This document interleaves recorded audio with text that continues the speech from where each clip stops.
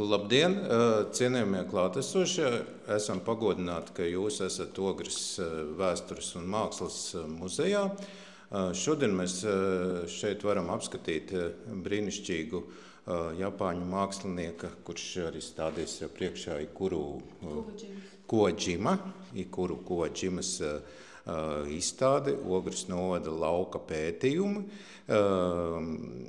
Šī izstāde ir tapusi ar Kuoģimas kunga skatījumu uz Ogres novadu, kā viņš redz Ogres novadu jau no senām teikām līdz pat pēckara nacionālo partizānu gaitām un cīņas, bet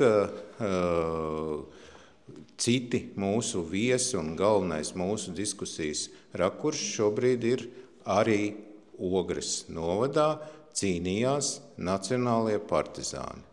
Un līdz ar to mūsu vidū arī ir partizāna Kārļa Kvanta dēls Dzintars Kvants un publiciste rakstniece Sarmīta Poikāne, kurš šobrīd raksta grāmatu par Dzintaru Kvantu un taiskaitā arī par nacionāliem partizāniem ir atsevišķa sadaļa. Piedalās arī Ogres muzeja vēsturniece, vēstures maģistre Ines Dreimane, pasākumu vada Elīna Cērpa, Ogres muzejs un Ritvars Jansons, Ogres muzejs.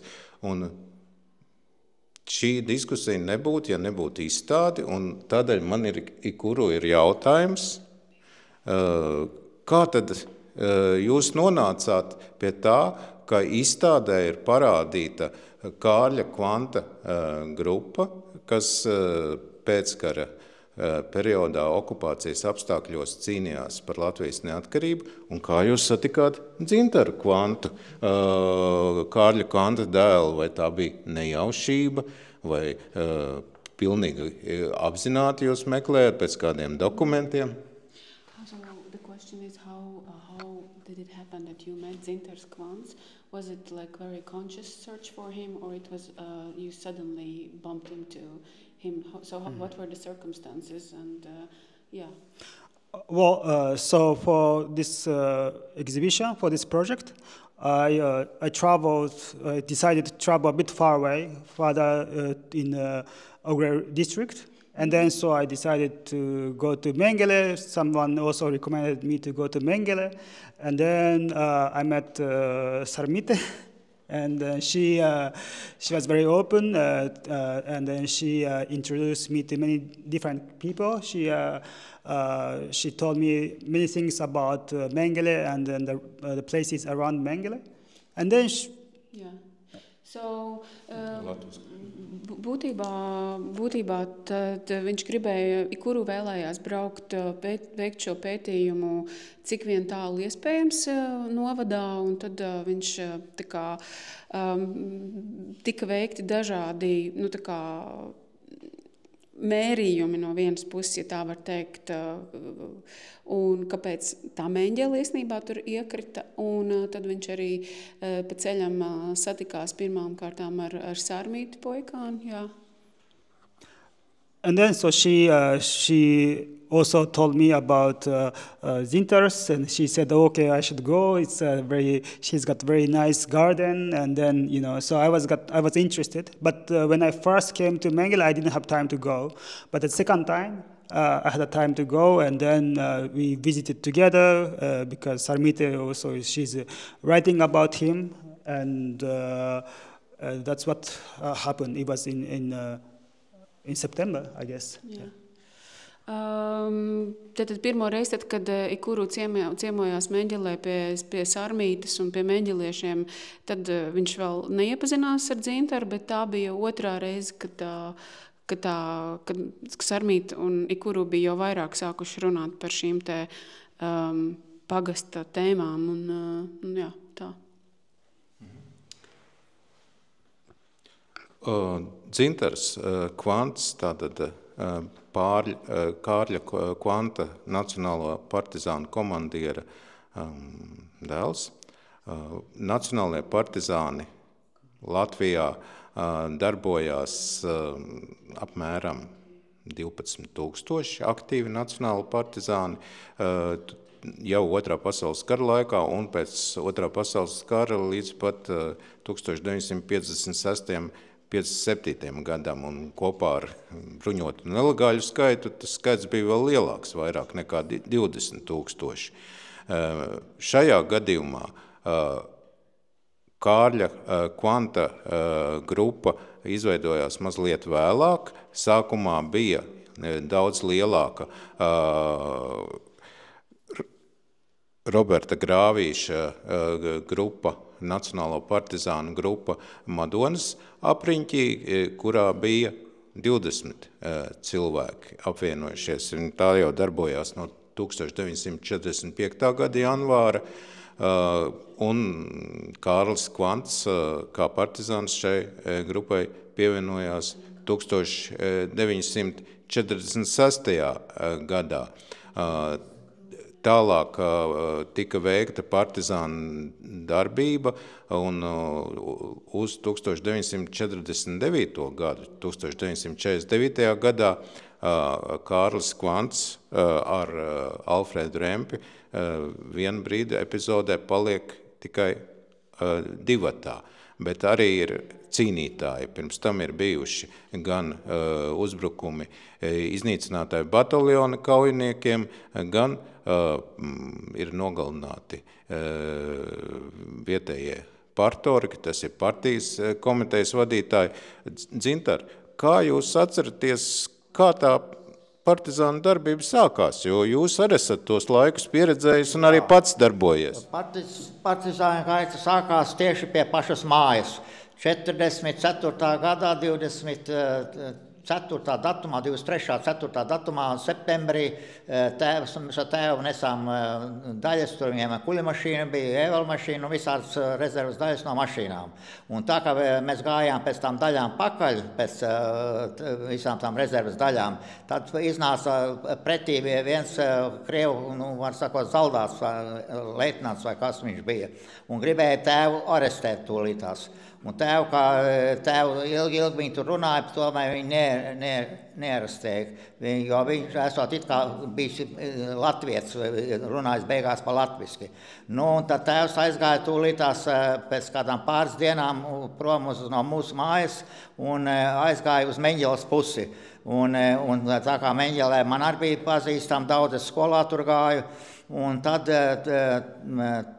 tēvs, mums bija norunāts ar tēvu, jo bija bailes uz mājā ierasties, jo tajā laikā varēja vaktēt to māju, bet tā kā nekas nenotika, nekas nevaktēja, viņš bija pierakstīts Liepkalnas pagastā, un tas pie tēva mājā, un viņu neviens arī pēc kāda laika, kādām 3-4 dienām mums bija ar tēvu norunāts, kur satikties tādā Kabānas silā mežā. Un es aizgāju, viņš bija ienācis par Caunēnu ceļu iekšā, un es par Ogres līču ceļu iekšā. Un es kā nāku, 2 beigti zaldāti guļi zemē, kraukļi apkārt, visapkārt, un tad mēs satikamies, bet no tās Caunēnu puses viņš saka, tur nekas nebija bijis. Nu, tādā veidā mēs tur nokārtājam, tad viņš pēc kādu laiku norunājam, tad atnāca savu partiju, un tad sāka rakt bunkurus, un tā bunkurā iznāca, kad jau bija gandrīz jau rudens klāt, to bunkuru pamet un aizmūrēja sienu mājas priekšā. Un tā kā mums viss bija tur zirgs beigts un govs arī savainota, aiztaisīja žogu, aizmūrēja sienu priekšā apmēram kādu 1,5 metra. Un tad viņi 3 tur ar Dambergu un savu māsas brāli Rempi, un tad viņi tur visi tur dzīvojās. Un tā manas tēvs taisīja tādas koka tupeles, toreiz viņš bija vajadzīgas tā kā pienotavās un kūtīs, kur iet, un atkal vecais tēvs, tas atkal, kas jau strādāja tur pie Benjamiņa, tas atkal taisīja visādas, var sakot, mēbeles un zārkus un visādas lietas. Tādas lietas tur bija. vairāk es nekā prāt. Bet kā izpaudās tā partizāna darbība? Gan Madonas apriņķī toreiz Roberta Grāvieša grupa darbojās, gan pēc tam no 1947. gada Ogres apriņķa teritorijā, arī Meņģeles pagastā. Vai jūs atceraties kaut kādu tādu partizānu cīņas epizodu no tā laika? Nu, tēvs jau aizgāja nevis tādā gadā, bet viņš aizgāja 44. gadā partizānos. Tas, jā, 44. septembra mēnesī, ap 23. 4. septembrī. Un tajā es viņam tur uzpusē municiju vēda akal, tur roplaiņos bija kaujas uz ērgļu pusi, un tad tā kā... Nesa man tur municiju, kā šas... Tas jau nestāstīja mājniekiem ļoti daudz ko. Viņam bija savi uzdevumi doti dēlam, tajā laikā bija tikai 12 gadi vai 13. Tēvs, protams, saudzējot ģimeni un arī drošības pēc daudz ko nestāstīja. Un Dzintars daudz ko nezināja. Viņš zināja tikai to, ko viņam bija jāzina, respektīvi viņš zināja vietas, kur viņam ir jāsatiekas ar tēvu, lai nodotu vai nu kādu ziņu, vai lai nodotu kādu dažādos ceļos iegūtu ieroci, vai kaut ko citu, bet viņš nezināja, piemēram, kur dzīvo šie partizāņi, kuros bunkuros viņi ir. Viņš zināja, kurā bunkurā atrodas ieroči, bet viņš nezināja, kur ir cilvēki. Tas ir drošības dēļ, tēvs ģimenei to nestāstīja. Tātad, ja gadījumā ir kaut kāda pratināšana vai kas, viņi neviens nezināja īsti pateikt, kur šie partizāņi atrodas. Un tāpēc arī Dzintars varbūt tieši pa cīņas gaitām īpaši daudz ko nemaz nezina pastāstīt. Patiesībā viņa tēvs ļoti daudz dzīvoja ar partizāņiem kopā, un mājās parādījās tikai šad un tad. Jā, tas ir tas, ko daudzreiz Dzintar runājot, es zinu. Bet, Dzintar, jums tas liktenis bija tāds, ka māte arī tika arestēta, ja, jo Čeka, kas darbojās pret nacionālajiem partizāniem, vajāja gan pašus nacionālos partizānus, gan viņu tuviniekus, un arī mēģināja iespaidot tuviniekus, lai partizāni legalizētos, lai viņi tiktu iznīcināti. Tā, mēs bijām arestēti 1. jūnijā 49. gadā. Māte, mēs pa mūsu partijas līniju bija kas par 22 cilvēki. Tie māte tur ar kopējiem cilvēkiem bija iespundēts vienā vietā, un es atkal viennieku kamerā. Viennieku kamerā man katru, kā nāca vakars, tās situmas pārdīja, un vēl tagad deguns, es elpot nevaru degunu, nemaz viņš ir šķīps un greizs, un tāpat ir pleps ar automātiem man sasita, lai es parādu to bunkuru, kur tie partizāņi atrodas. Un es viņus aizvedu to bunkuru, un šie saka, lien iekšā pie tiem partizāņiem. Mums jau tēvi bija norunāts, kur rādīs bunkuru, jā, tur neviena nav, tā rādīs tikai to bunkuru, un tur, kur būs bunkurs, kur iekšā būs, to nerādīs.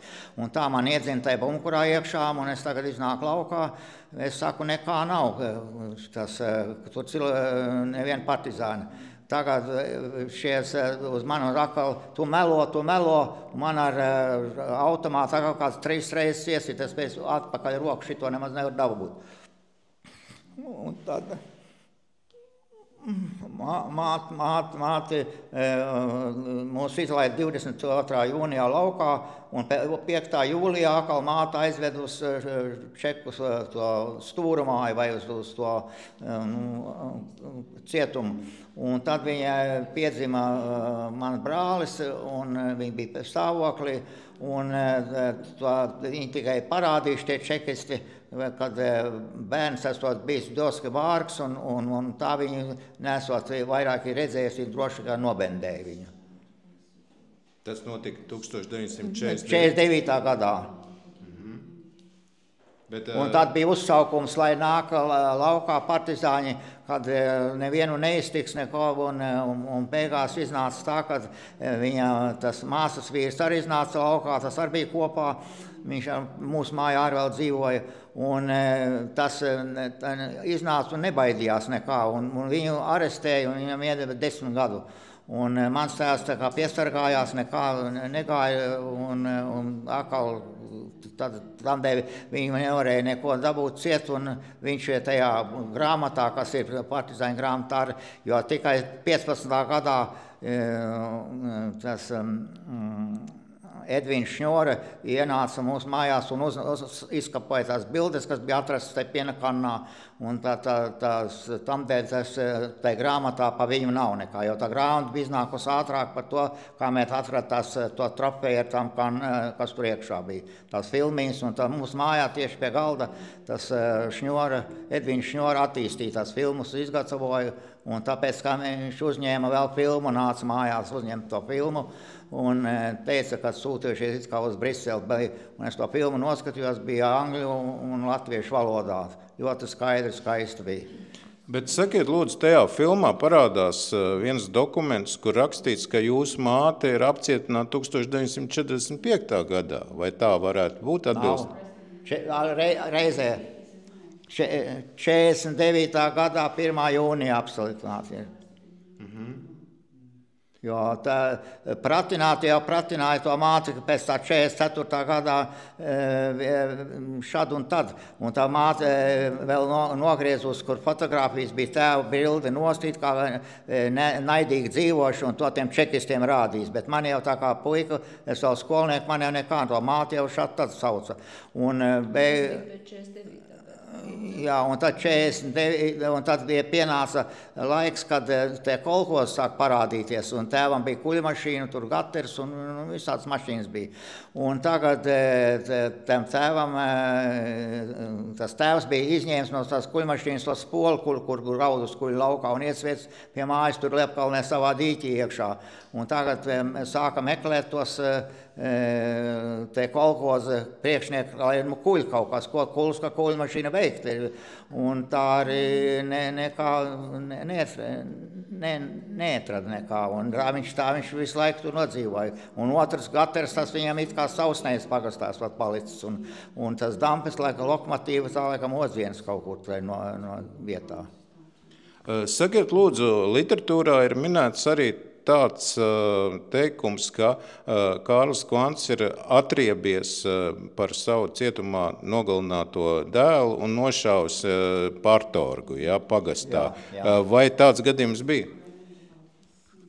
To es redzēju, netiku, bet tādas ziņas bija, ka to partargu esot likvidējuši. Tā partargam tā māte bija vēl tajā stūra mājā, un tas uzsaukums, kad bija toreiz, lai nāk laukā tie partizāņi, un viņš bija iznācis pieteicies, bet viņš jau tāpat slapstījās, un tad ir kā kaut kāda apšu krūms, apša sala vai kaut kas tāds partargu. Viņi tur ir līdz, lai to māsi laiž laukā, ka pa ko nelaiž, viņi jau kā 2 mēneši bija notupējuši, un viņi nelaid laukā, un tā viņi nobendējuši to partargu. Varbūt Ines Dreimane kā vēsturnieks var pakomentēt arī par tiem tā laika notikumiem mazliet. Jā. Saskaņā ar dokumentiem izskatās mazliet, es tagad mazliet sasistematizēšu, ko es saprotu no dokumentiem un kā tas ir varējis izskatīties. Vārds sakot, sākotnēji ir runa par Odzienas un Liepkalnes pagastos, tas ir Madonas Apariņas izveidojušos grupu, kuru vadīja bijušais aizsargs un arī vācu laika palīga policijas darbinieks Roberts Grāvītis. Un laikā no 44. gada, tātad vēl rudens 45. gada sākuma līdz 45. gada vasaras beigām grupā bija tiešām vidēji ap 20 cilvēku. Un tur viņi veica arī diezgan tādas interesantas akcijas, piemēram, 45. gada jūnija sākumā 10 bruņoti partizāni bija mazliet iztramdījuši no meža tur sadzītos cilvēkus, kurus sūtītās sauktajos mežastrādes darbos. Viņiem bija jācērt koki tālākai no aizvešanai uz Krieviju. Mežabrāļiem šī doma nevisai patika. Latvijas kokus ved tagad Krieviem uz Krieviju, un viņi tur bija mazliet patramdījuši. Viņus teikuši, lai iet projām. Tur klāt ir bijuši it kā to strādnieku apsardzē 2 vietēji Istrabīķeļi, bet visticamāk ne jau no strādnieku apsardzē, bet tāpēc, lai tos cilvēkus tur uzraudzītu un principā neļaut viņiem pašiem aiziet projām un nestrādāt. Nu, tad tie mežabrāļi bija nedaudz noraušies no mežabrāļiem, jo partizāni viņus vienkārši bija ar turpat mežmalītē atrastiem kokiem nedaudz piekāvuši, tā smuki, vienu otru mazliet vairāk.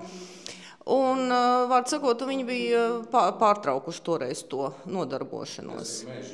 Jā, tas ir meža izstrādes laikā.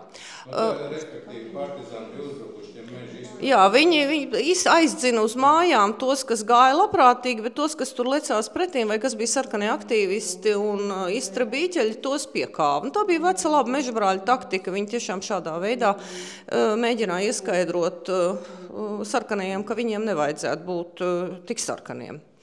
Pēc tam 45. gads vēlāk vispār bija tur 2 problēmas. Pirmkārt, sākās Čekas uzbrukumi, meža ķemmēšana un daļa partizāni bija krituši. Un vienlaikus 45. gada vasaras beigās, tiešām pēc tam, ka jau bija beidzies 2. pasaules karš un izsludināta šis legalizācijas aicinājums, tātad mežabrāļi drīkst nākt ārā no meža, viņus it kā neviens nearestēs, neviens neaiztiks. Vēlāk, protams, izrādījās, ka 98% gadījumā tie ir salti meli, bet tanī brīdē cilvēki viena daļa tiešām to darīja, jo daudzi bija arī mežā aizgājuši tieši tādēļ, lai izvairītos no mobilizācijas sarkanajā armijā 44. gada beigās un 45. gada sākumā un nenonākt frontē. Un līdz ar to pašu uz 45. gada nogali grāvīšu grupas skaits diezgan stipri samazinājās. Arī Kārlis Kvants, saskaņā ar viņas sievas liecībām, tobrīd kā liecinieces liecībām, viņš ir bijis legalizējies 45. gada vasarā, bet pēc neilga laika viņam ir bijis, kā tur teikts, ļoti smalki, kā jau Čekas papīros rakstīts, konflikts ar tā brīža Liepkalnas partorgu Jānu Latiševu. Un, tā teikt, Kvants ir aizgājis mežā atkārtot.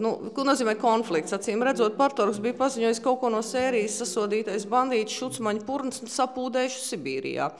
To labprāt neviens negaidīja, ja? Un viņš tā tad aizgāja atpakaļ šais mežabrāļu cīņās, un lielāko daļu turpmāko laika viņš pavadīja kopā ar savas māsas vīru Alfrēdu Rempi, kurš arī bija aizgājis mežā 45. gadā aprīlī, tad, kad viņš tieši bēga no mobilizācijas. Viņš bija mobilizēts un paredzēts pārvietošanai no Madonas kara komisariāta uz Rīgu, bet pa ceļam Pļaviņu stacijā bija 3 no šīs grupas, kas bija tur sapulcināti kopā, tai mobilizācija 3 no viņiem aizbēga, un viens no tiem tātad bija Alfrēds Rempe. Vispār grāvīšu grupa pielietoja tieši tādu taktiku, ka viņi pēc tās legalizācijas un tiem Čekas uzbrukumiem, lai vieglāk ir pašiem manevrēt un uzturēt attiecības ar atbalstītājiem, vairs vienkopus faktiski nedzīvoja. Viņi sadalījās pa mazākām, teiksim tā, frakcijām un vajadzības gadījumā apvienojās. Un šajā laikā, teiksim, attiecībā uz grāvīšu paša darbību, teiksim, vēlāko šo te darbību pēc 45. gada, tur ir pāris reizi bijis, teiksim, tur Odzienas MTS apšaudīšana un ciempadomei, tur viņi vienkārši pa gabali šāvuši virsū, tā, lai parādītu, ka mežabrāļi joprojām mežos darbojos un lai tie, kas tur ir iekšā, uzvedās pieklājīgi, pieklājīgi izsakoties. 1946. gadā Alfrēds Rempe un Kārlis Kvants piedalījās šī te Madonas apriņķa Liepkalnas pagasta partorga Latiševa nolikvidēšanā. Partorgs Latiševs saskaņā ar padomju periodiku ir atgriezies mājās. Viņš ir ievēlēts par ciempadomi. Viņa kandidatūru ciems ir izvirzījis kaut kādām tur augstākām bolševiku vēlēšanām vai kaut kam vēl. Un viņš kopā ar vietējo ciempadomes priekšsēdētāju Vilciņu ir apsēdušies pie galda, lai apspriestu darāmos darbus un nepadarīto un nākotnes plānus. Un tanī brīdī caur logu, ziniet, atskan pif paf un partorgs ir gar zemi. Paša Vādolfa Vilciņa pratināšanas protokolos, luši tāpat kā Latiševa Atraitnes pratināšanas protokolos ir teikts, ka viņi tiešām visi trīs tur mājā bija, bet viņi vienkārši dzēra. Ja? Jo Latiševas sievai esot bijuša dzimšanas diena, un viņi vienkārši esot koduši pie tā galda, bet priekšvēsture tam visam diezgan interesanta. Kā tas ir nonācis, jo ideja, grūti pateikt, kam īsti pieder ideja, to ir pagrūti noskaidrot, jo uz to brīdi, kad šīs liecības tās sniedz jau Alfrēds Rempe, jo Kārlis Kvants to brīdi jau ir kritis, un Alfrēds Rempe vairāk vai mazāk viņš runā tā, tas ir saprotam, tas ir pilnīgi normāli tā darīja, ka, teiksim, no sevis ņēma nost atbildību un lika uz tiem, kurus vairs tā teikt, gandrīz vai nevar dabūt rokās, kas ir krituši vai tam līdzīgi. Tā ir pilnīgi normāla mežbrāļu taktika, darbības taktika, un jebkurā gadījumā tajā nav nekā nosodām. Vārdu sakot, viņš stāstīja, Alfrēds Rempe liecina par to, ka viņiem ir uzdevies uzņemt kontakts ar nelegāli dzīvojušu vietējo iedzīvotāju, vārds uzvārds Pēters Kalniņš, cik var saprast jauns puisis, kurš ir bijis Istravīķeļos, bet kaut kāda iemesla dēļ viņš ir pārgājis nelegālā stāvoklī. Viņš vairs nedzīvo, viņš dzīvo mežā.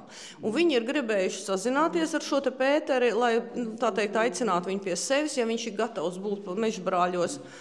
Un pie satikšanās Kalniņš ir teicis, ka partorgs Latiševs ir, piedošanu, nav labs cilvēks, ja, ka viņš ļoti agresīvi un slikti izturās pret vietējiem iedzīvotājiem, vārdu sakot, visas šīs te komunistu uzliktās nodevas un nav nodokļi, ka cilvēki vienkārši ar to tiek spiesti pie zemes un tā tālāka. Un tā esot bijusi šī Pētera Kalniņa ideja, ka Latiševs ir jānovāc. Un tas arī tātad ir noticis 1946. Gada 2. novembrī, un saskaņā ar Alfrēda Rempes teikto, Rempe ir palicis gabaliņu tālāk no šīs Latiševa mājas, tātad tā kā sardzē, bet Kalniņš ar Kārli Kvantu ir gājuši līdz mājai, un šāvējs esot it kā bijis tātad Pēters Kalniņš, ja, caur logu. Vairāk nevienam tur nav trāpīts, ne Vilciņam, kurš vēlāk bija izrādījās Nacionālo partizānu atbalstītājs, kaut arī viņš bija Ciempadomes priekšsēdētājs Ādolfs Vilciņš, ne arī tātad Latiševs sievai viņa trāpīja. Pēc tam Rempem un Kvantam viņi turpina būt divatā, jo Pēters Kalniņš viņiem nepievienojās. Viņš paliek kaut kur dzīvot nelegāli, un Rempem bija tikai tās ziņas, ka viņš esot arestēts vēlāk it kā par kriminālu pārkāpumu, par zādzību un notiesāts uz 7 gadiem. Man neizdevās atrast politiski tiesāto personu rādītājā nevienu Pēteru Kalniņu, kurš atbilstu pēc vecuma vai pēc dzimšanas un dzīves vietas šim te, ka, teiksim, būtu pēc šīs te Rempes atzīšanās, viņš būtu arestēts atkārtot un, teiksim, tiesāts jau par piedalīšanos partorgu likvidācijā. Iespējams, ka tam puisim tiešām palaimējās, un viņš atsēdēja savus kriminālos gadus un atgriezās mājās, un nekas ļauns ar viņu nenotika. Ar Grāvīša grupu, tātad tiem, kas bija vēl palikuši kopā ar Pētera Grāvīti, Robertu Grāvīti, piedošana, Pēters Grāvīts bija viņa brālis, pa laikam viņi atkal, tā sanāca kopā, pa vasaru dzīvoja kopīgi, bet tas ir tāds klusās darbības posms visā Latvijā faktiski, tas ir 47., 48.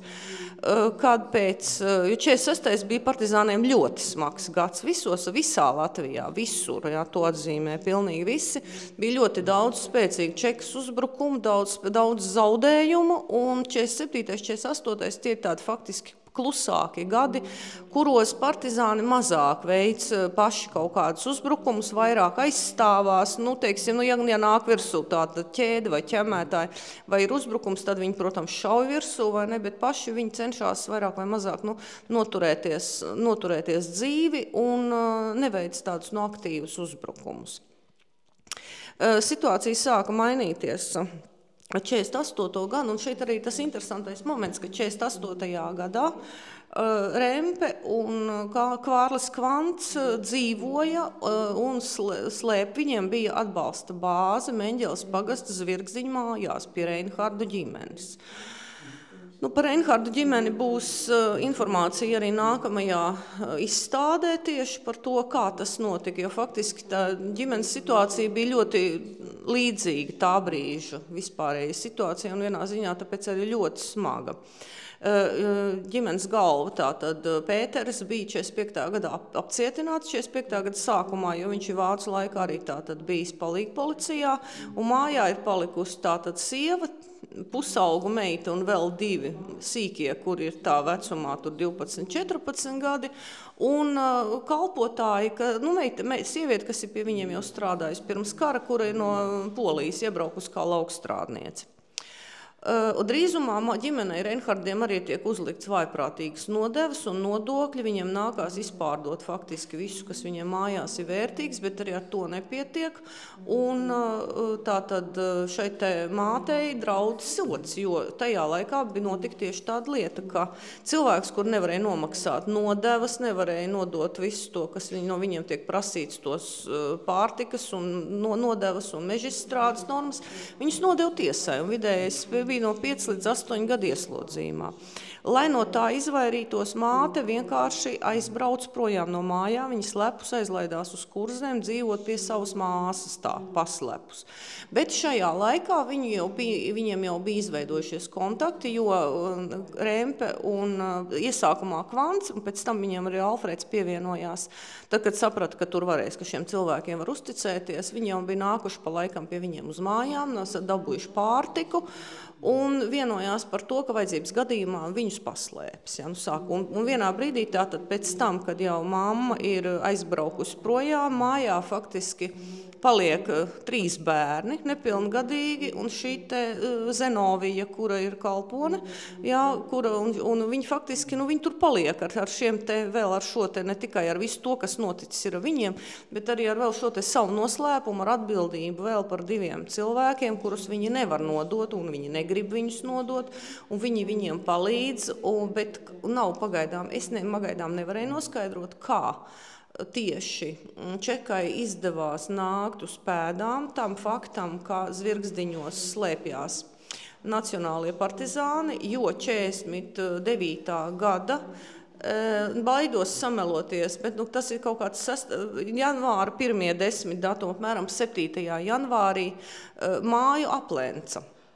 Un tā ir gatavoja uzbrukumu. Un tieši tobrīd Alfrēds un Kārlis bija mājās, bet, kā vēlāk liecināja Rempe, aplencēji, viņu nebija daudz, viņiem izdevās atšaudīties un aiziet. Ja? Tātad šī te meitene, kas ir tobrīd 17-gadīgā Inta, viņa brīdināja, ka kaut kas kārā, kaut kas nelabs notiek, vai ne, jo viņi redzēja paloga mājai tojās izstra vīķeļu ķēde ar automātiem. Viņus brīdināja, viņiem izdevās aiziet, un viņi netika sagūstīti. Pēc tam 49. gadā, tad tur tie notikumi ir diezgan tādi, jo tikai no Rempes teiktā var saprast, ka viņi arī, viņi ir, principā, tobrīd viņi ir 2. Jā. Kontaktu ar Grāvīti un tiem, kas varēja būt ar viņu, arī tobrīd vairs nebija. To Rempe norāda, ka kopš 47. gada nogales viņi vairs savā starpā kontaktus arī vispār neuzturēja. Bet tad bija vēl viena laba interesanta lieta 48. gadā, kad sākās kolhozu organizēšana, tad Liepkalnes pagastā pēkšņi izcēlās vietējais skolotājs Jānis Bērstkalns, kurš izrādījās ļoti aktīvs kolhozu gribētājs, un viņam pat bija izdevies pierunāt 3 kaut kādus miskastniekus iestāties kolhozā, uzrakstīt šos te iesniegumus. No tiem tekstiem tiešām varēja saprast, ka tiem ļauteņiem bija viena rieva un diezganštruntīgi materiāli apstākļi, viņiem bija pilnīgi vienalga. Bet tas bija nācis ausīs arī Mežabrāļiem. Un kādā klusā dienā, kad Bērstkalns ir ar 3 iesniegumiem kabatā, rien pa mazu klusu lauku ceļu, uz ceļa parādās cilvēks, kuru viņš tā kā pirmā brīdī atpazīst vai neatpazīst, un kas viņam prasa, vai tu esi tas un tas. Viņš atbild, jā, es tas esmu. Un tanī brīdī izrādās, ka sarunu biedram ir rokās pamatīgi boze, un Bērstkalns mazliet ar šo bozi smuki norāvās. Kā vēlāk rakstīts padomju periodikā, viņš izdzīvoja, bet veselība uz visiem laikiem bija ietrakāta. Daļai viņam paveicās, bet, jebkurā gadījumā pēc tam, kad pārcentīgais skolotājs atgūst samaņu, viņš redz, ka sniegā vai neved zālītē turpat mētājās saplēstie iesniegumi. Un pēdējais, ko viņš atcerās pirms noģībšanas, ir, tā tev arī vajag par to, ko tu te dari, ka tu dzen cilvēkus kolhozos. Un 49. gads savukārt arī ir interesants ar to, ka tātad grupas kā un sitējs bija tieši Alfrēds Rempe. To pēc tam liecībās Bērskalns, kurš tiešām ietauzīts ir, bet dzīvs paliek, viņš pēc tam norāda, ka viņš ir atpazinis vairāk vai mazāk, ka tas varētu būt Alfrēds Rempe, un otrs, kurš ir sēdējis ceļa malā, tā teikt, un turējis uz grauda ar šautēnu rokā, tas ir bijis Kārlis Kvants, to viņš ir tomēr atpazinis. Arī Rempe tieši to arī norādīja, ka sitējs bija viņš, bet Rempe turēja visu šo pasākumu uz grauda, ja nu skolotājiem ienāk prātā neklausīt pedagoģiskiem norādījumiem.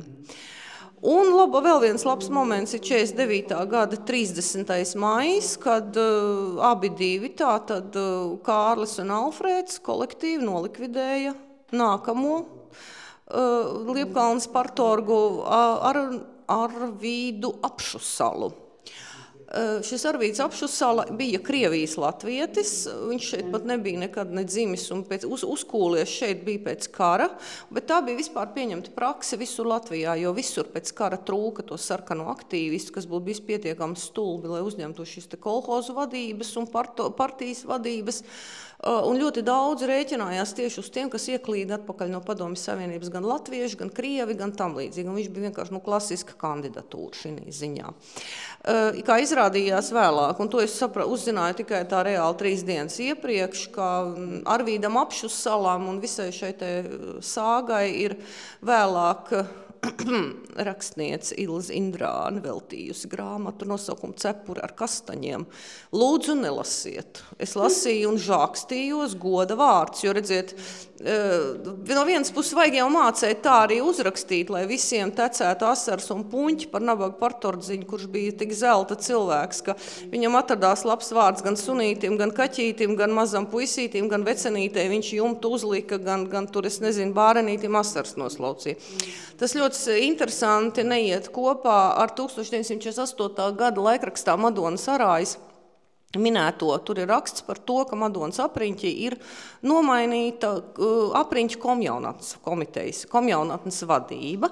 Un līdzšinējā tātad, viena no, tā teikt, komjaunatnes vadītāju partorga Apšusala vietā ir iecelts cits cilvēks.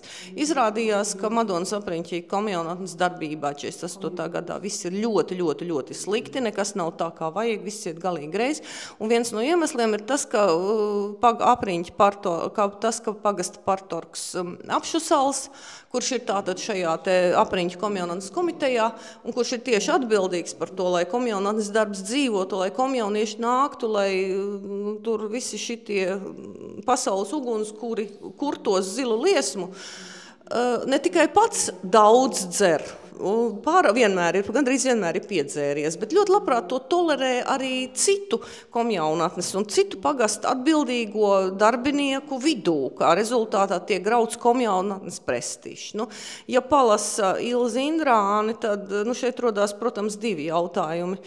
Viņa tāda dumja piedzīme, ja viņai kaut kur laika gaitā viņa pret kaut ko tā sāpīgi atsitās, ka tādas muļķības vajadzēja rakstīt. Es domāju, ka literatūra...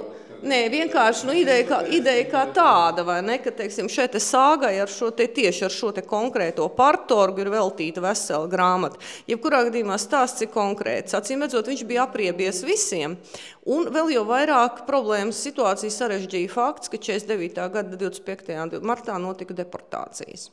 Nacionālie partizāni, un to viņiem nereti muļķīgi pārmet, pilnīgi nevajadzīgi. Ko te viņi tā deportācijām neko nestājās pretīm, sēdēja savos mežos un gaidīja, kamēr aizvedīs. 48. 49. gada ziema bija ārkārtīgi dziļa un ļoti sniegota. Un tas bija visā Latvijas teritorijā. Uz deportāciju brīdi sniegs vēl nebija reāli nokusis, mežabrāļi vēl nebija lāgā iznākuši no bunkuriem un uzņēmuši sakars ar atbalstītājiem. Ar to ir saskārušies arī citi pētnieki informācijā, tas ir ļoti daudz kur. Un arī šajā gadījumā Alfrēds Rempe norāda, ka pirmo reizi viņi ar atbalstītājiem, tātad ar Kvanta sievu Mirdzu satikās 45. gada aprīlī. Un tikai tad arī Rempe uzzināja, ka viņam visa ģimene, vecāki, sieva, jaunākais bērns, brālis un māsa ir deportēti, un faktiski tas ir noticis arī ar ļoti lielu daļu citu pazīstam vietēju iedzīvotāju, un tur var apstoties šajā deportācijas sarakstā un salīdzinot, piemēram, ar Grāvīšu grupas sarakstu, vai ne, tur ir 80% no tiem, kas bija legalizējušies ar visām ģimenēm, viņš 49. gadā tika deportēti.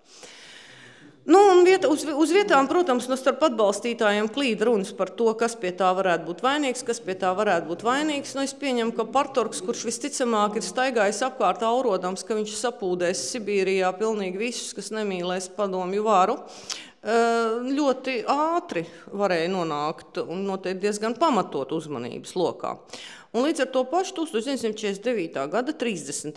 maijā, kad Partorgs Arnolds Apšusals minās ar divriteni pret kalnu no viena pagasta uz otru, vienā brīdī viņam no meža uzsauca, vai tu esi tas un tas? Viņš neatbildēja, bet ļoti ātri sevi nodeva, jo sāka mīties uz priekšu aizvien straujāk. Nu, un tanī brīdī gan Kārlim Kvantam, gan Alfredam Rempem kļūst skaidrs, ka tas tiešām ir viņš, un viņam bija griezuši virsū ar automātiem, pēc tam no Madonas atvestais tiesu medicīnas eksperts Brunovskis bija saskaitījis Partorga rumpī kādus 11 ložu trāpījumus. Es nezinu, vai tas joprojām, kur tas atrodās un vai tas tur vēl joprojām, kur tas bija, bet vēlākos gados kaut kur Liepkalnas pagasta centrā esot uzlikts pat piemineklis abiem šiem te Partorgiem, gan Latiševam, gan Apšusalam, ceļa līkumā, kur tātad meža brāļi viņu nolikvidēja šo te Apšusalu. Tur arī esot bijis kaut kāda piemiņas vietiņa vai vēl kaut kas. Nu, es ceru, ka tas viss uz vietām vairs neatrodās, bet varbūt, ka tas ir kaut kādos muzejos noslēpts šīs te granīta plāksnītes. Jebkurā gadījumā, pēc tam jau situācija diezgan spēcīgi sarežģījās. Viņi turpināja, acīm redzot, viņi turpināja uzturēties, tobrīd vairs ne Meņģeles, bet vairāk Liepkalnas pusē, jo saskaņā ar Alfreda Rempes liecībām 49. gada 8. oktobra vakarā viņiem bija paredzēts satikties ar Kvanta sievu. Un viņi tobrīd ir dzīvojuši nevis bunkurā, bet vēl vasaras nometnē Slietenī. Un esot gatavojušies iet, Kvants jau esot saskaņā ar Rempes teikto, es tagad vienkārši citēju, ka viņš izgāja no tā slieteņa un sāk iet uz priekšu pirmais. Bet Kvants arī Rempe teica, es biju mazliet aizkavējies, mazums, es nezinu kādu iemeslu dēļ, vienalga, pa tumsu zābaku šņorēju vai kaut ko tādu.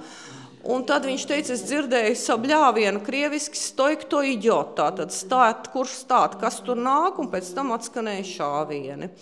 Rempe nebija gājis pārbaudīt sev par laimi, kas tur īsti ir noticis. Viņš bija pa otru pusi, viņam bija izdevies pa tumsu, tātad no oktobra vakars mežā, tas ir diezgan jau patumšs. Viņam bija izdevies aiziet, un pēc kāda laika tikai viņš bija uzzinājis, ka tur ir bijis ierīkots slēpnis un ka Kvants ir nogalināts, un tā paša gada tātad pavisam drīz, 20. oktobrī, arī Alfreds Rempe, viņš faktiski pieteicās pats. Viņš ieradās Madonas čekā, nodeva ieroci, pēc dažām dienām uzrādīja rezerves bunkuru, kurā viņiem atradās vēl ieroču rezerves.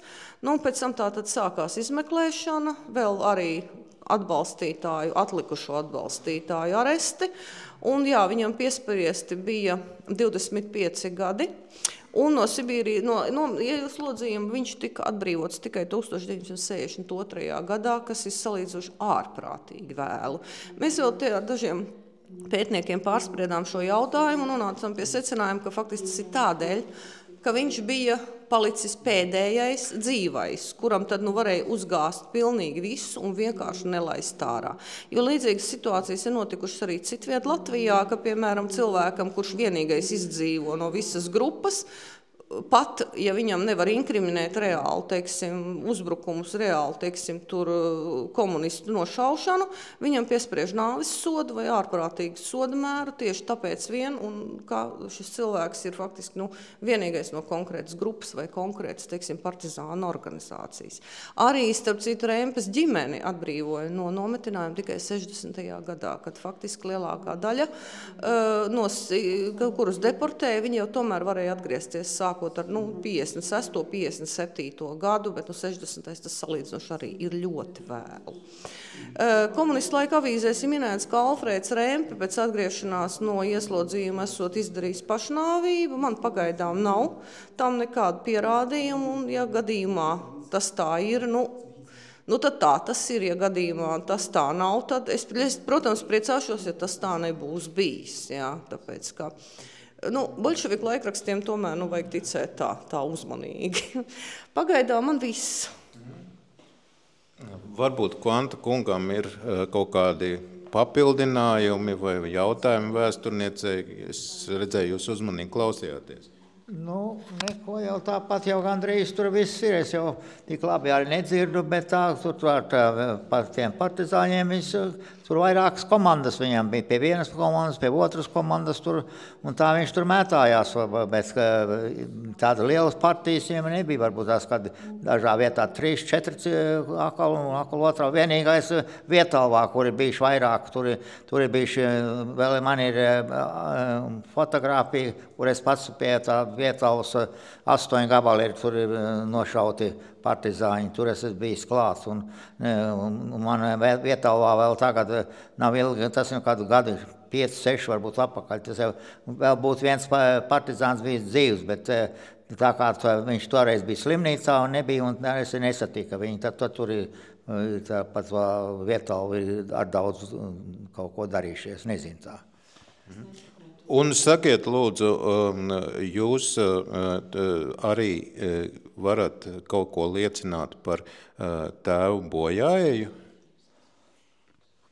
Neko es tā nevaru, tikai kaut kādu, es nezinu, kad tēva nošāva, māte pēc kādas nedēļas izlaid laukā, bet tā īsti es nekā nevaru zināt. Kaut kur tikai esot nošauts, turpat, kur tie 2 zaldāti, kur es gāju garām, kad apmēram ap to vietu, kaut kur pie Ogres upes krasta, kaut kur, es nezinu, smalki nezinu. Jūs minējat, jūsu māte vēl tobrīd bija apcietinājumā? Jā. Kad tēvu nošāva? Jā. Un pēc tam viņi tad atbrīvoja? Jā, pēc kādas nedēļas viņi atbrīvoja vairs. Un tad jau vairs sākām strādāt kaut tāpatās, kā strādāja. Viņi strādāja kaut kur tur netālu no mājas, kaut kādas dzīves rūpnīca vai kaut kas bija. Tur strādāja, un es strādāju uz dzelzceļu. Kad to dzelzceļu beidza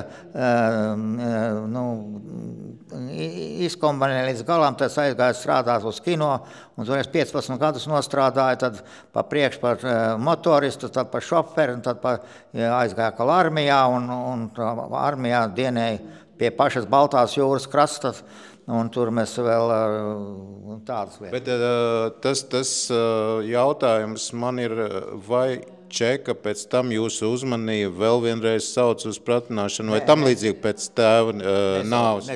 Vairs nesauca. Kā ar to pašu izbeidzās.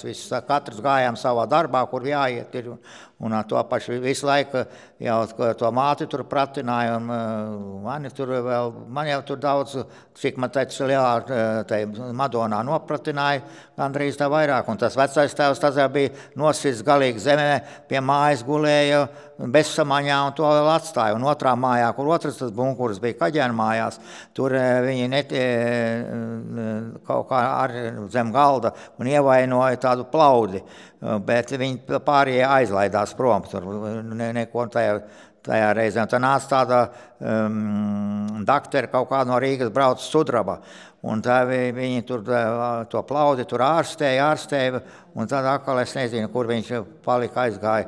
Laikam viņu arestēja, viņš 10 gadu dabūjis tur tādas lietas. Jūs teicāt, jūsu māti pratināja vēl, tas bija pēc tēva nāves? Nē, pirms tēva nāves. Tad viņiem nevar kāda pratināšana vai nebija. Viņiem visu laiku atradās Čekā, atradās Stūramā. Jā. Cik viņi tur nopratināja, tik nopratināja. So bērnu viņi zaudēja, parādījuši tikai ir. Un kad tas bērns piedzims un tā paša, kad tur kāda stunda pagās, viņš nesot izdzīvojis, viņš jau nesot tāds vārks esot bijis, bet gan jau nobendēja. Sakiet, vai jums tās sajūtas par to, ka notika partizānu cīņa, ir joprojām dzīves noteikti šodien. Vai bija vērts? Noteikti, ka katrs jau cīnījās par savu. Tēvs cīnījās par savu, par saviem mašīnām, par dampi, par to kuļu mašīnu un ēvalu mašīnu un visām savām vietām. Līdz ar to varbūt tās viņi gribēja noteikt, ka viņš ir tā kā budzis vai ko, un otrkārt, ka viņš vācu laikā bija tas šucmans, kā viņš... Nē, man jautājums bija tāds, vai partizānu cīņai bija jēga pēckara periodā? Katrs jau cerēja, ka viss beigsies un viss būs labi un viss būs pa pirmo, un beigās iznāca nekā nebija, viss tādas lietas. Un jēgas jau domāja katrs, ka jēga būs pa pirmo, bet iznāca, ka nekā. Tā jēga bija ļoti dažādi noformulēta. Te pašā Vidzemē tur bija Latvijas Nacionālo partizānu apvienība, kura bija jau pat programmatiski uzrakstījusi mērķus par Latvijas Republikas neatkarības atjaunošanu. Kādas tēvam apmēram tās domas bija, kāpēc viņš iet mežā, kāpēc viņš cīnās? Viņš cīnījās tādēļ, ka viņu tūlītās gribēja pie mājas, tajā kādā 2., 3. dienā tas virsnieks paņemt cieto, un līdz ar to viņš ielikās mežā iekšā, un visu laiku viņš tur nodzīvoja. Un man tā ziņa, kur atkal jādod, kur satikšanās bija, un tā, ka viņš cerēja, ka kaut kas būs. Un tās to kuļu mašīnu ar viņam gribēja noņemt, un viņš izvēr to spolu, tad vistrakāk mūs sāka tur protināt un vaktēt mūsu māju. Un līdz ar to mūs aizved uz to čeku visu. Saka, Poikāns kundze, skatoties uz šiem it kā tālajiem notikumiem, bet kas tomēr ir tik ļoti tuvu, jo mums ir vēl aculiecinieki, līdzdalībnieki šeit dzīvi. Kā jums ir tas skats? Ogres novads nav mežiem bagāts, nebija ļoti daudz tie partizāni, bet tomēr bija šī vēstures lapuse. Varbūt jums kā publicistei arī ir šajā sakarā kaut kas sakāms, varbūt vēl kaut kas piebilstams pie vēsturnieka, pie Dzintara teiktā. Grāmatu es rakstu par Dzintaru Kvantu, jā, bet mana grāmata nav vēsturiska liecība, tā ir dēļ literatūra, kaut arī notikumi ir īsti, un arī tajos notikumos iesaistīto cilvēku vārdi ir īsti. Tad tomēr es nepretendēju to, ka šī grāmata būtu jāuztver kā vēsturiska grāmata, bet tomēr runājot ar Dzintaru, es ļoti daudz esmu dzirdējusi, un man, protams, ir radušies arī dažādi secinājumi, kas iepriekš varbūt faktiski manas domas nemaz nav īpaši skāruši. Runājot par Kārli Kvantu, es mazāk esmu meklējusi tieši viņa tās cīņu gaitas, bet vairāk kā pa cilvēku, tātad, ko viņš ir darījis un ko viņš ir vispār, uz ko ir tiecies. Es varētu teikt tā, jautājums bija par to, kāpēc viņš gāja. Kāpēc viņš vispār tā tiecās lūk, uz tādu dzīvi, kāda viņam bija. No tā, ko es esmu atradusi par viņu, es secinu to, ka šim cilvēkam vispār, viņam bija tāda tieksme uz militārām lietām. Es atradu tādu dokumentiņu, kur viņš ir bijis armijā, un viņš ir gājis speciālos kursos, kur viņš ir dabūjis kaut kādu ļoti speciālu tanka vadītāja apliecību, kas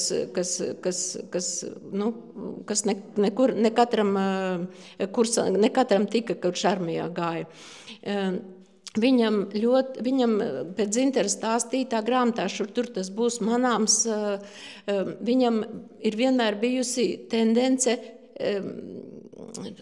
interesi par ieročiem. Pareizi? Jā. Vai ne? Dzintar. Jā, interesi vienmēr ir bijusi par ieročiem.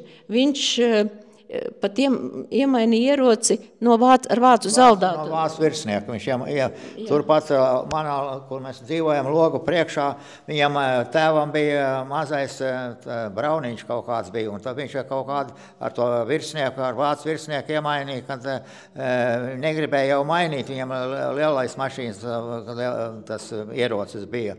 Nu, un tad tur viņi runājās, un tikmēr mums sāka vest visas karaspēku, tās bumbas un ieročus visus pretī mājas sienai. Un vecā māte tā ļoti mācīja labi runāt pa vāciski, un tad tie vācieši iznāca kā galīgi mums draugi un ielika tādus plakātu lielu, krievu valodā, vācu valodā un latviešu un laikam lietuviešu valodā. Un tā plakāta bija uzrakstīts, kāds šitai mājai kaut ko aiztiks, būs kara tribunāls. Un tā vēl tie zaldāti paši brīnījās, kur tāds bijis. Bet tā kā viņa vācisku kapitāli runāja, tad tie vācieši iznāca viņai kā draugi gandrīz. Jāsacina, ka ierocis bija tas, kas aizsargāja, un pēckara periodā, kad bija okupācijas vārā, acīm redzot, tas ierocis arī noderēja, aizstāvoties pret tiem, kas šeit mēģināja to okupācijas režīmu ieviest. Bet kopumā skatoties, es kā teicu, Ogres novads nebija tas partizāniem bagātākais novads, bet kā jums kā publicistei arī šķiet, kāds tas pēckara pretošanās gars bija? Vai tas ir nojaušams no atmiņām? Nebija varbūt skaitliski daudz šo nacionālo partizāņu, tomēr katrā pagastā ir vai nu muzejos, vai kādās sarunās, vai kādās diskusijās pietiekoši daudz cilvēku, kas ir pieminēti kā nacionālie partizāni. Arī, vai katrā es neparakstos, bet diezgan daudzos. Un par mežu trūkumu patiesībā, vismaz Liepkalni, Meņģeli, Mazozoli nevar sūdzēties. Un tur ir vēl tagad ļoti, ļoti daudz iedobīšu, kas ir senie ierakumi, bunkuri, kas tur ir bijuši. Tātad būtībā gandrīz katra otrā ģimene tagadējos laikos jau var nosaukt kādus savus radiniekus vai pazīstams vai kādus, kas no tā pagasta ir bijuši tajā laikā, kā teica, meža brāļos. Tā kā es domāju, ka tās atskaņas ir pietiekoši nozīmīgas šodien, un kaut arī to skaitliski varbūt nebija viņu ļoti daudz, tad tomēr tā viņa darbība bija ļoti jūtama visur. Visur tā bija ļoti jūtama, jā. Es domāju, ka tā. Jā, starp citu, tas ir kārtēju reizi, tā ir žanra klasika. Liekas, ja kaut kur liekas, ka nav bijusi kādā novadā nacionālā pretošanās kustība, tas nozīmē nevis to, ka tur nav bijusi nacionālā pretošanās kustība, bet tādēļ, ka vēl neviens nav ķēries normāli pie izpētes. Līdz pagājušā gada vidum es arī domāju, ka tik tuvu Rīgai salīdzinoši tas ir iespējams varbūt bijis tikai īsi pēc kara, līdz lielajām 45. gada legalizācijām, tātad arī cilvēki pamūga no mobilizācijas, varbūt 1, 2, 3, bet tanī pašā laikā Madlienas pagastā un tam blakām esošajos pagastos ir bijusi ļoti aktīva tāda Mārtiņa Leiša un Osvalda Kārkliņa vadītā grupa, un tur vēl ir jāpapēta tie likteņi nopietni, jo grupas darbība ir bijusi visnotaļ aktīva, tur arī ir kontā gan Miliči, gan Istre Bīķeļi, gan vismaz Pārīts Partorgu, tad arī Birzgalē, tātad pāri Daugavai tur bija aktīva Kārļa Stūra un vēlāk Jāņa Purēna vadītā grupa. Un noteikti vēl kaut kam var uzdurties. Vienīgā mūsu problēma ir nevis mežbrāļu trūkums. Latvijā mums ir pētnieku ļoti spēcīgs trūkums. Un cik 1 vai 2 vai 3 cilvēki, 3 tas jau vispār, faktiski viņi ir 2, var kaut ko izdarīt, tad diemžēl tik arī ir, bet rezultāti varētu būt vismaz viens no pēdējiem. Principā laikam tomēr tiešām pēdējais no Leiša Kārkliņa grupas, tāds Otto Irbe, ir apcietināts tikai 1956. gadā. Man tieši šobrīd arhīvā uz galda ir Otto krimināllieta. Protams, es saprotu, ka viņš kādu laiku ir vienkārši jau dzīvojis nelegāli ar svešiem ar viltotiem dokumentiem, jo viņš ir apcietināts Rīgā centrāla tirgu dokumentu pārbaudas laikā, nevis mežā sagūstīts. Bet, jebkurā gadījumā viņš ir ļoti ilgi un sekmīgi izvairījies, un arī 52. gadā, kad apcietināja viņa tēvu, tēvs nav nodevis dēla atrašanās vietu, lai kur viņš arī tobrīd nebūtu bijis. Tā kā, es teikšu, ka mūs vēl gaida, patiesību sakot, visādi interesanti atklājumi tieši uz novadu un Nacionālo partizānu karu. Tas ir puslīdz droši. Jāmin, ka Inese Dreimane šobrīd arī strādā pie izstādes, kas būs redzama Ogres vēstures un mākslas muzejā. Izstāde būs tieši sievietes Nacionālā pretošanās kustībā un tajā skaitā arī par sievietēm Nacionālo partizānu atbalstītājiem Ogres novadā un sievietēm arī, kuras pretojās arī ar citām formām, kā tāda nevardarbīgā pretošanās. Liels paldies visiem par šo diskusiju, gan dalībniekiem, gan skatītājiem, kas atnāca. Jautājumus mēs uzdosim neformālā gaisotnē. Liels paldies jums!